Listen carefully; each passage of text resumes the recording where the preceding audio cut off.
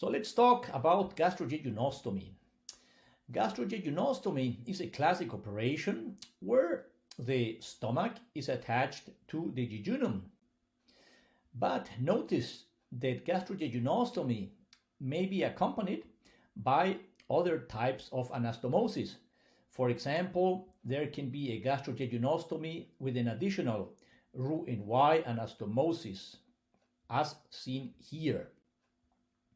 So any type of anastomosis to the stomach from the jejunum is a gastrojejunostomy, but there can be also jejunostomies in some patients.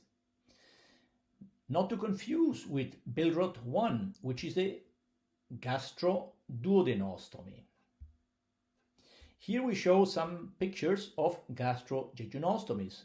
Here the corpus and the antrum were resected and the anastomosis was done with the jejunum.